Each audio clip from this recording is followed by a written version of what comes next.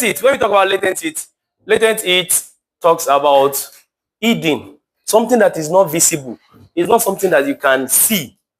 Unlike specific heat, it's something you can easily see that, okay, this heat was able to increase the temperature of this from 0 to 100, let's say for water.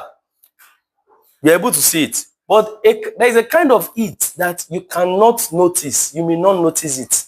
And it occurs when a substance is changing its form or its state. If it's changing from solid to liquid, we call it latent heat of fusion. Latent heat of fusion. So latent heat can be regarded as hidden heat or invisible heat, needed to change the state of a substance without any change in temperature. So that means when you are talking about latent heat, you are dealing with the kind of heat that helps you to change the form of a substance, but you will never notice any change in temperature. You have to put that. If you define it without having this, that's not a correct definition of latent heat. You must add without any change in temperature. So let's start with the first one, latent heat of fusion. This is the heat energy required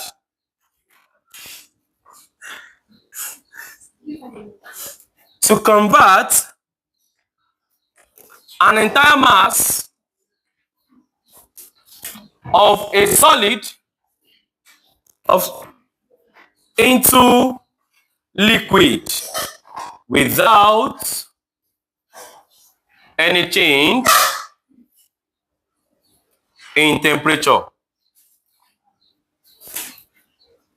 So when you're looking at a solid, let's say for instance, ice is being converted into water, the type of heat that is involved in changing that ice to water is called latent heat of fusion. Do you understand? Yeah. So the next one is latent heat of vaporization. So from the word vaporization, sorry, this SA,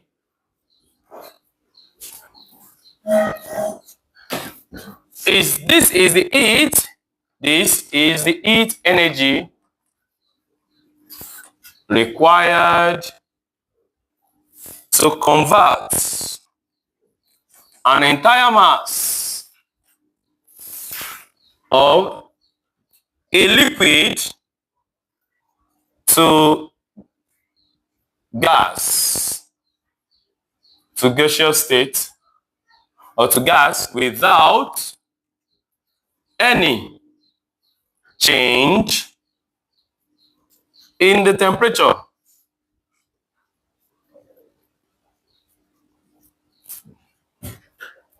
Without any change in the temperature. So if we have gotten this, then let's talk about the specific heat. Now we know that this latent heat all talks about change of states, and we have different states. Fusion talks about melting, right? That's fusion. That means when you apply it to a solid, it changes to liquid. Are you following? When you apply it to a liquid, it starts evaporating. We can call that vaporization. We also have condensing. When you remove the heat, from a gaseous substance, it condenses. If you look at the lid of your pot while cooking, the gas that was trying to escape into the air was trapped by the lid. So the lid has a lower temperature, thereby reducing the temperature of that gas, turns it back to what? A liquid. Do we understand? Do we understand? That's a reverse case. So when you remove heat from a gas, the gas condenses into liquid. Do we understand? Now, when you remove heat from a liquid, it freezes. So there are two ways: melting, which we call fusion, and freezing. They are reverse of each other's. Are you getting it? One is the reverse of the other one. Are you getting it? Melting occurs when you apply heat. Freezing occurs when you remove it. Vaporization or evaporation occurs when you apply heat to liquid. Condensation occurs when you remove heat from it. Let's quickly talk about the specific latent heat. Specific, when you talk about specific, from our previous classes, we already know that specific, whenever you hear the word specific, we are talking about just a unit mass or 1 kg. So we have a specific latent heat. This is the heat energy. This is the heat energy required to change 1 unit mass, 1 kg, to change a unit mass of or 1 kg of a substance, of a solid,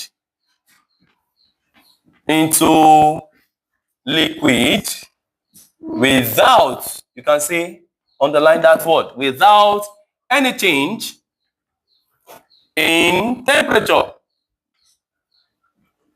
We have two of these too. We can talk about the specific latent heat, specific latent heat of fusion, just as we have explained this. Specific latent heat of fusion. So this is the heat energy required to change a unit mass, in brackets 1 kg, of a liquid into gas without any change in temperature. From here, we can write the formula. So let's write the formula for this is H equals to ml.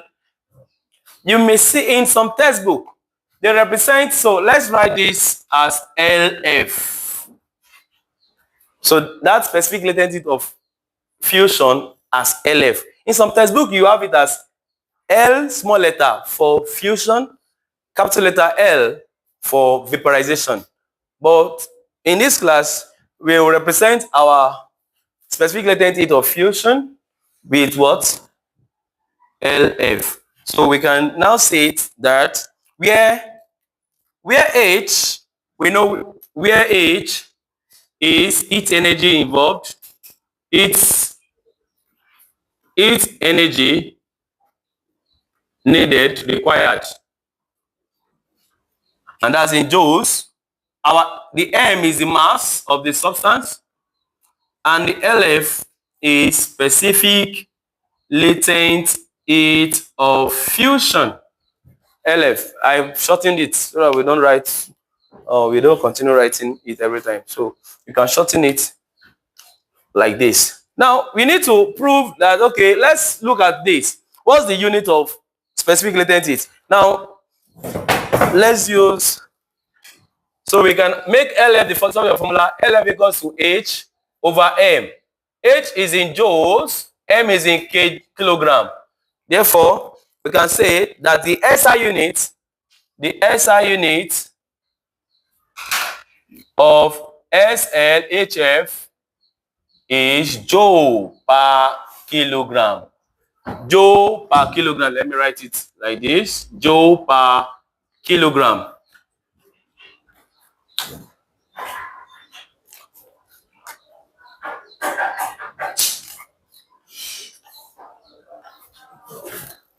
Now, let's look at the second one.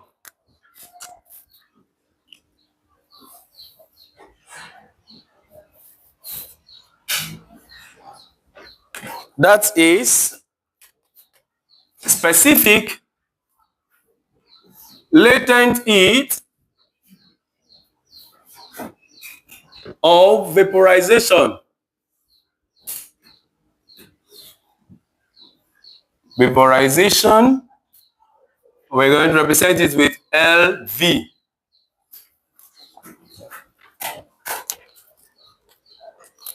This is the energy, this is the heat energy required to change a unit mass. A unit mass, I think we already agreed that a unit mass is 1 kg, right? So whenever you're talking about specific, a unit mass of a liquid. Sorry, this fusion, please change it. This is of a solid. I thought I've written that. Of a solid into liquid. Sorry, that is an error. Specific latent heat of fusion. This is the heat energy required to change a unit mass of a solid. Of a solid. When you're talking about fusion, it's a solid you are dealing with. Solid to liquid. Or liquid to solid. Are we together? So the heat energy required to change the unit mass of a solid into liquid without any change in temperature. Which one? This? So this one, change a unit mass of a substance to change the state. We can just write this as I thought I was already writing this fusion. Okay, we can rewrite this and say this is the heat energy required to change a unit mass of, to change the state. Write it, to change the state of a unit mass. To change the state of a unit mass of a substance. Can I get a duster?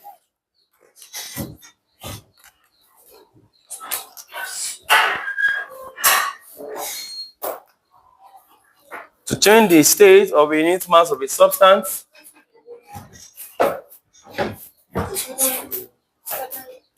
Yes.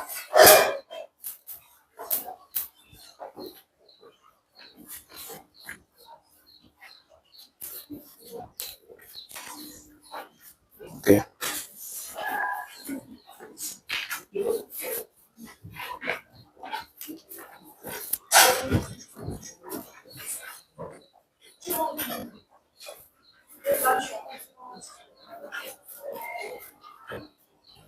To change, required to change the states. So we write this as to change the state of a unit mass. A unit mass, 1 kg of a substance without any change in the temperature. Oh, yes, that was an error.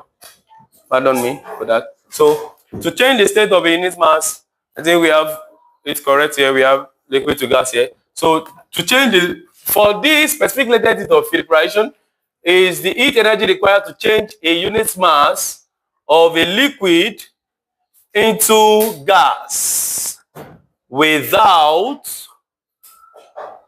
any change in temperature.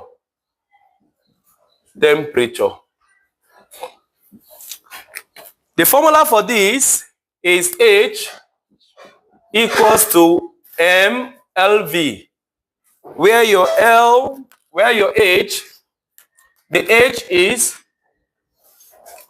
where H equals to heat energy required in joules. The M is the mass in kilogram, and the LV now. LV is the specific latent heat of vaporization. So we can now write this as LV, make LV subject formula H over M, which is also the same thing as joule per kilogram. In essence, we can say the SI unit,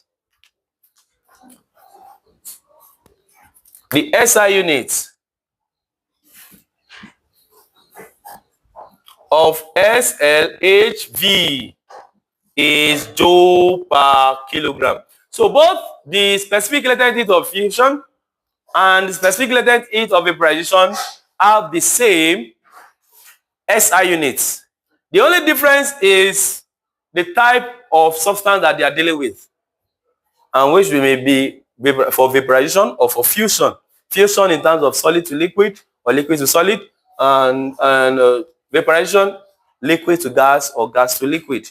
I've already explained the change of state, that when you have heat taken from a substance, when heat is taken from a substance, let's say liquid, when heat is taken from a liquid, it becomes a solid. That's freezing process. When heat is added, it melts, and that's what melts. That's what we call fusion. Do you understand? Okay, let's take an example. We have an example here. This is 2007, SSC 2007.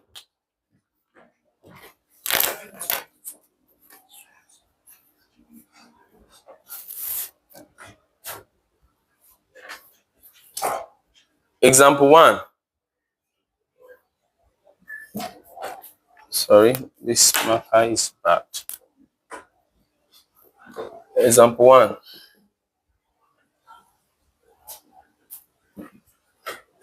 That's WAEC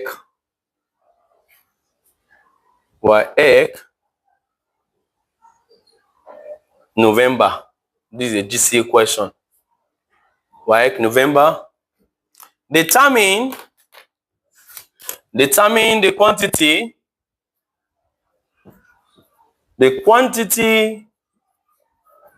of heat required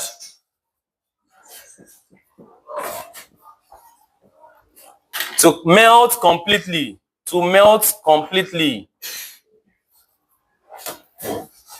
100 grams of ice initially at -3 degrees Celsius. Specific heat capacity, so SAC of ice is given to us.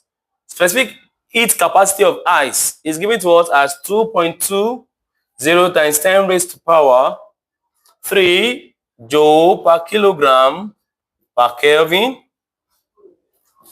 Specific latent heat of fusion of ice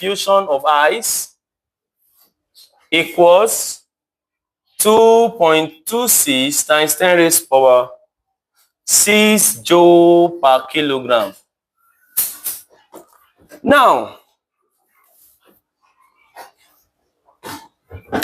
I want you to listen very well and listen attentively, because this kind of solution, you need to understand the system. I will explain using a diagram. Solution, let's write. So we have, this is a diagram of the ice block. The ice block is at, let's represent ice block. This ice. At what temperature is here?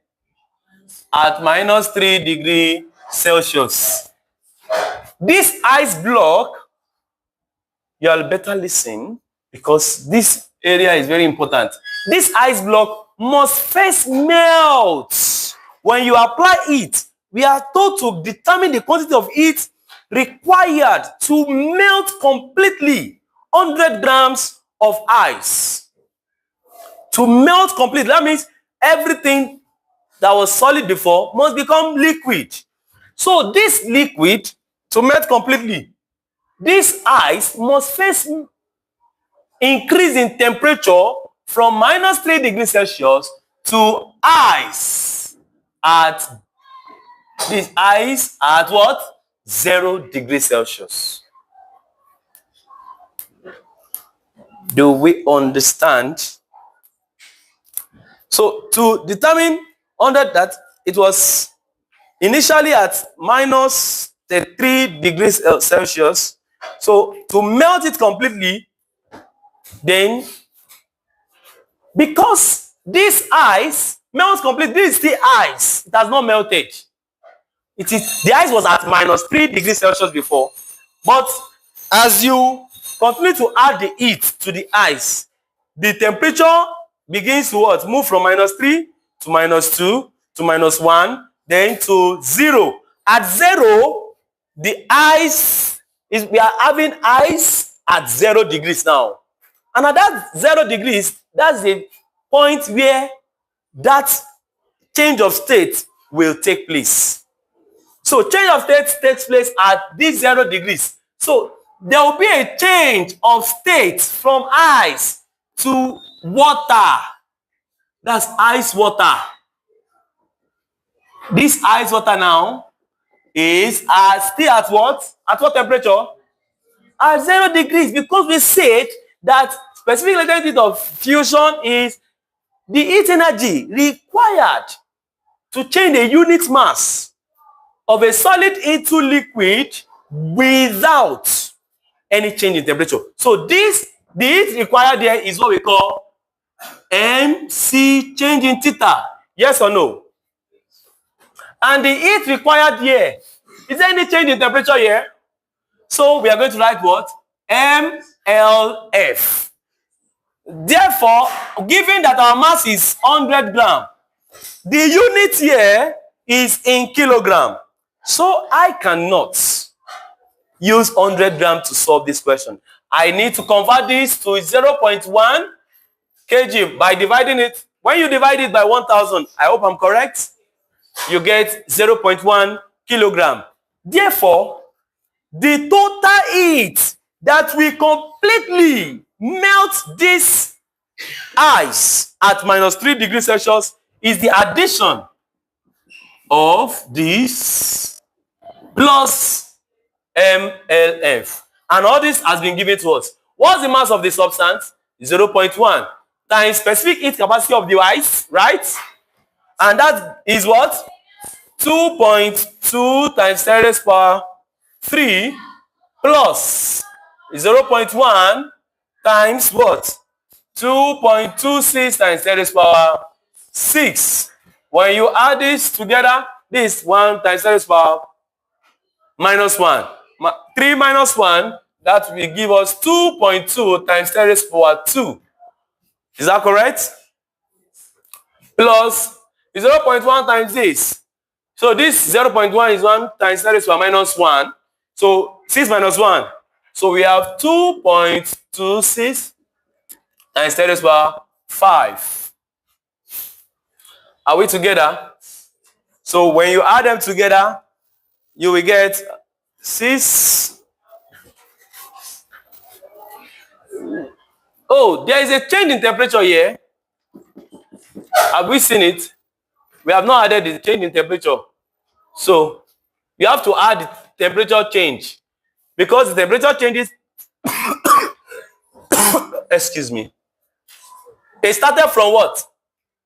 Minus 3 to 0. So we are going to have 0 minus 3.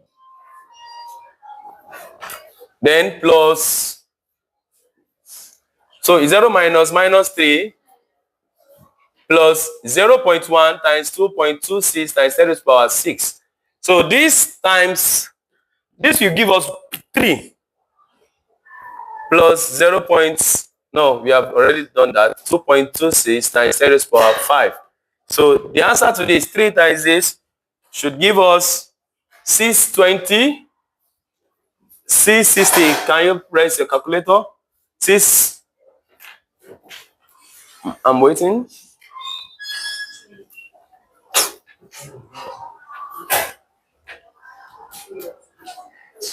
Plus 2.26 times 10 raised to the power 5.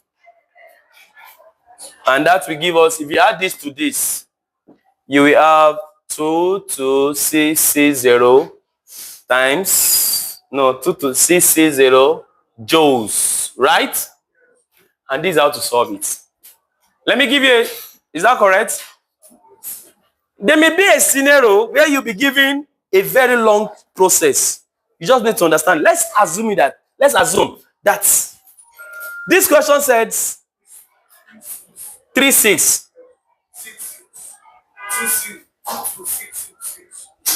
Is that correct? Yeah, it's 666. So 6660 joules. Thank you. You know, I'm not using calculator. I'm just doing mine. Okay, now let's look at a question now says calculate the heat energy that will completely vaporize an ice at -3 degrees Celsius. Okay, let's take this as assignment.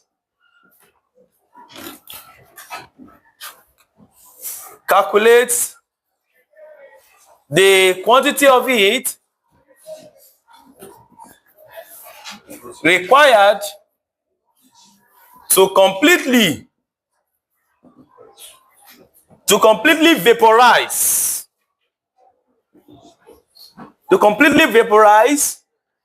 ice at -10 degrees Celsius to steam. When I say completely vaporize, I already means that means to steam, but I'm just putting it because of your an ice of 1 kg. Vaporize a 1 kg ice at -10 degrees Celsius, given that the SAC of water equals 4,200 joule per kilogram per Kelvin.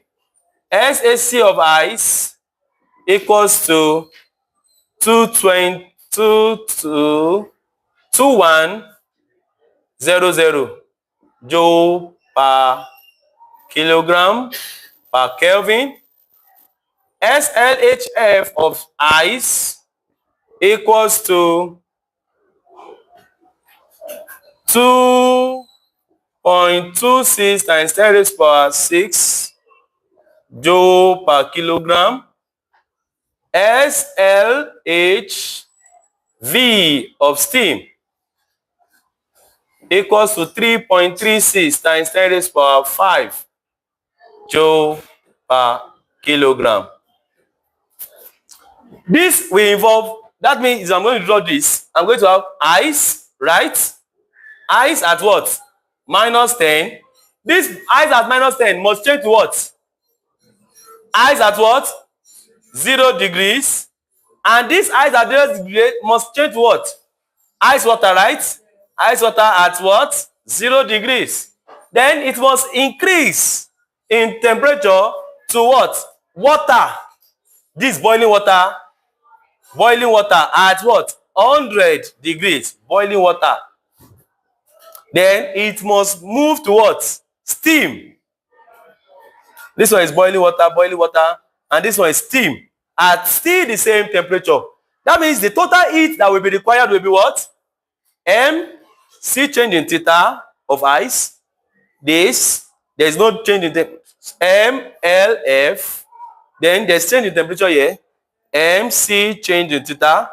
Then this will give us what? MLV. And that's how to solve this kind of questions. You are not multiplying, you are adding all this. So the total heat will be what? This plus this plus this plus this. Do we understand? When you get home, you can watch this, share this video and subscribe. Thank you. So, this boy says, This video needs editing. Don't worry.